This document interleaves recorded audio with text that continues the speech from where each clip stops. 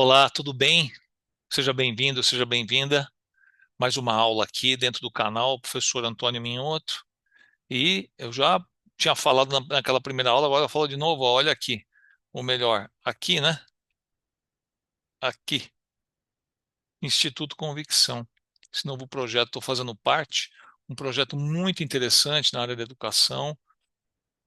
Eu acho que em breve nós teremos novidades boas aí para levar para vocês, mas desde já eu recomendo que você entre no, no nosso site, que é Instituto Convicção, sem o C cedilha, sem o tio, .com.br. Lá você vai encontrar textos para você ler, aulas.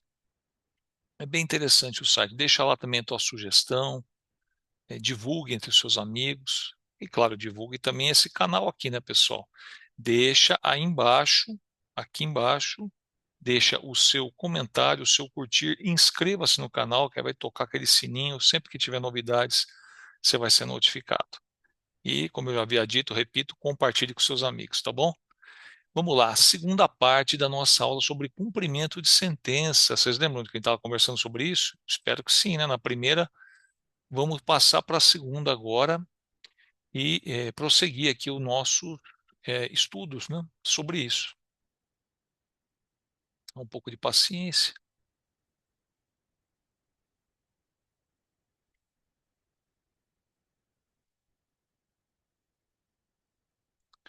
Bom, então nessa segunda parte, então apesar do, eu começo dizendo o seguinte, olha, apesar do parágrafo primeiro do artigo 525 listar os temas que podem ser objeto da impugnação, o artigo 518 prevê que o executado, na verdade, poderá se insurgir em face, vejam só o que diz a lei, o 518, de todas as questões relativas à validade do procedimento de cumprimento da sentença e dos atos executivos subsequentes. Então, o 518 ele acaba dando, por isso que eu digo, né, pessoal, claro, que a nossa base de estudo é a lei, é a norma. Tanto é que eu estou fazendo um roteiro normativo, baseando indo por artigo. Mas tem certos aspectos que você precisa fazer essa ligação, né?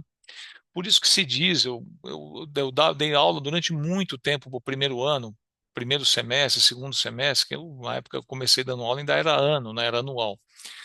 E eu dizia que se você conseguir, no curso de Direito, desenvolver um raciocínio jurídico e um raciocínio sistêmico, já está meio caminho andado. Você saber fazer essas ligações entre as normas, mas não só entre as normas, entre a norma e a doutrina, entre a norma, doutrina e jurisprudência e a sua interpretação. É isso. Né? Então, assim, por isso que não é tão simples, tá na lei, não está na lei, ou está na jurisprudência, não está na jurisprudência, ou está na doutrina, não está na doutrina. Você vai ter que criar uma argumentação que seja convincente, persuasiva, usando de todas as chamadas fontes do direito. Então, aqui, ó, o 518, às vezes você tem que defender alguém no cumprimento de sentença, e o 518 te dá uma abertura bem legal, ó. Todas as questões relativas à validade do procedimento de cumprimento da sentença e dos atos executivos subsequentes. Tudo isso você vai poder se insurgir, como diz a lei, né? Ou seja, poderá ser objeto da sua manifestação, da sua impugnação, da sua defesa. Ok?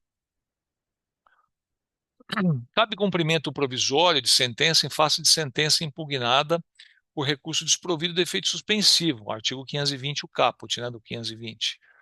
Um ponto a ser destacado é que eventuais levantamentos de valores dependem da oferta de caução idônea, artigo 524, ou seja, inciso 4. Senta com cumprimento provisório, significa que o título ainda não transitou em julgado, mas você entra com esse cumprimento provisório e você quer levantar valores, você vai ter que oferecer caução idônea. Nós vamos ver logo aqui na sequência que há exceções a essa regra, mas via de regra, ou em geral, você tem que oferecer uma caução idônea para levantar, perdão, qualquer tipo de valor num cumprimento provisório de sentença. Essa caução poderá ser dispensada nos termos do artigo 521. Quais são as hipóteses? Olha que interessante. Crédito de natureza alimentar, o credor demonstrar situação de necessidade, ou seja, não é natureza alimentar, mas ele vai mostrar que ele tem uma necessidade. pender o agravo do artigo 1042, que é do agravo do instrumento do recurso especial, sentença exequenda estiver alinhada com o julgamento repetitivo do STF ou do STJ. Essa última hipótese vê que é bem interessante, porque dá para dizer que é interpretativa, né? Você vai ter que exibir fazer esse cotejo e mostrar, olha, a sentença que é objeto do cumprimento de sentença, ela está alinhada com julgamentos repetitivos do STF e do STJ, ok? A partir do 523 do CPC, nós temos o cumprimento definitivo de sentença. É definitiva a verba se já foi liquidada ou se a parcela for incontroversa, transitada em julgado ou não impugnada. Pode ter algo parcial. Então, o devedor ele recorreu, mas de uma parte, uma outra parte ele diz, não, tudo bem, você entra e fala, ó, você me deve 50 mil. Não, não devo 50, eu devo 25, ou 30, ou 10, ou 15. Essa parte que ele reconhece dever é chamada parte incontroversa. Em relação a essa parte, você vai ter um cumprimento definitivo, né? Se for o caso, aí vai ter que ver o contexto dos autos. O devedor ele vai ser intimado a pagar o débito em 15 dias, né? Está no caput do 523. Caso o devedor não pague voluntariamente, será acrescida multa e honorários, 10% cada um desses itens, sobre o valor devido, né? Parágrafo 1º.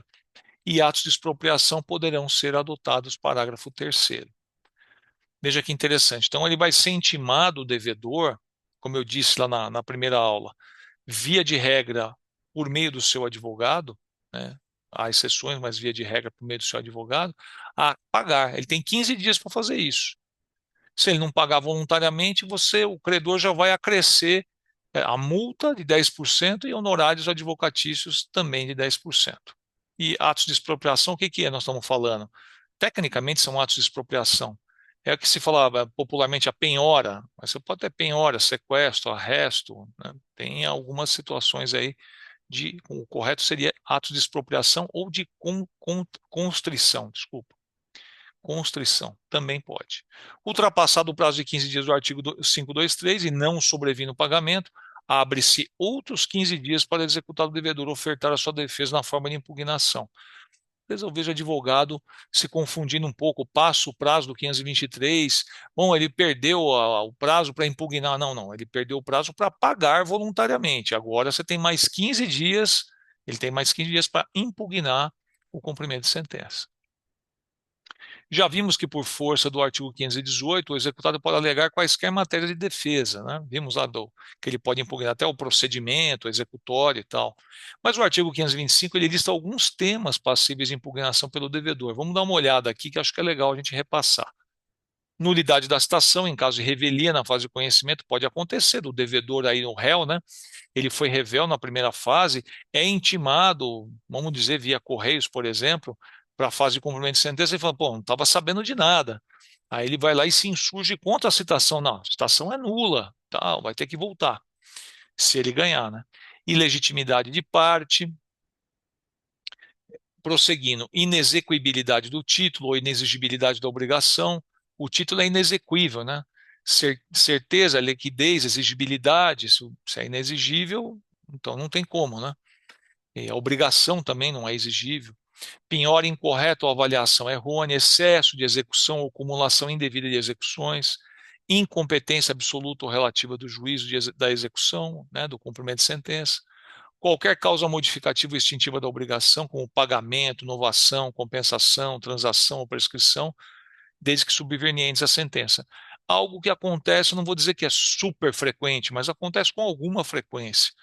Sai a sentença, vai lá, o devedor se acerta com o credor, às vezes se acerta parcialmente, às vezes faz até um acordo assim meio informal, não formaliza nada, faz alguns pagamentos, o credor entra com o cumprimento, presta atenção aí, você que está advogando para credor, ou você mesmo é o credor, você tem que abater do teu crédito aquilo que foi pago. Às vezes tem gente que não abate.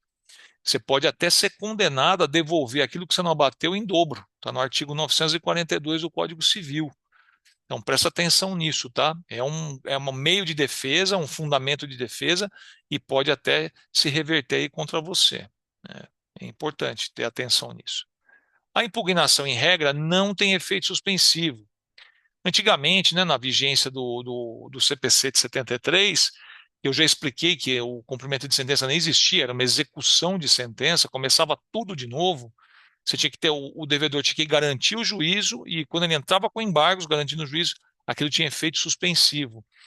Agora, a impugnação que a defesa do devedor não tem, em regra, ela não tem efeito suspensivo. Agora, o parágrafo 6º do artigo 525, ele prevê a possibilidade de o juiz, a pedido do executado, conceder efeito suspensivo à impugnação se os fundamentos do pedido forem relevantes e se o prosseguimento da execução for manifestamente suscetível de causar ao executado grave dano de difícil ou incerta reparação. Então, assim, tem que ser relevante, né? A questão aí do da não concessão, né, ou do pedido de concessão de efeito suspensivo, que vai ser avaliado aí pelo juiz, né? E seja como for, o executado, pretendendo o efeito suspensivo à sua impugnação, deverá garantir o juízo, ou seja, além de garantir o juízo, ele ainda vai ter que oferecer uma fundamentação dizendo, olha, se não me der o efeito suspensivo, eu vou ter um prejuízo muito grande. Então, ele vai ter que oferecer uma penhora, que é uma caução, tecnicamente, né? E mesmo concedido efeito, poderá o exequente ofertar caução também e rogar pelo prosseguimento do procedimento sem efeito suspensivo à impugnação. Olha que interessante, né? É quase como colocar assim, entre aspas, é um ping-pong, né? Quer dizer, o devedor pode oferecer a caução para ter efeito suspensivo, aí vem o exequente e fala, não, eu ofereço caução para não ter efeito suspensivo. Se tiver uma reversão de julgado, está garantido aí o direito do executado do devedor. Pode o requerido devedor, com fundamento no artigo 526, vir a juiz e oferecer o valor que entende devido. O autor pode aceitar o valor ou impugná-lo. Sendo o valor insuficiente na visão do juiz, o cumprimento terá seguimento. Isso tá bem autoexplicativo, né, o 526. Pessoal, mais uma vez obrigado pela atenção. Está aí o meu e-mail, quem quiser se comunicar comigo. Vou interromper aqui o compartilhamento. Agradecer muito o seu carinho, a atenção o carinho da sua atenção, o prestígio da sua atenção. Não esqueça de se inscrever, deixar comentários, ativar aí para ativar o sininho, deixa o teu curtir, sugira temas que você queira ver tratado aqui, tá bom? Pessoal, um abraço, tchau, até a próxima. Valeu!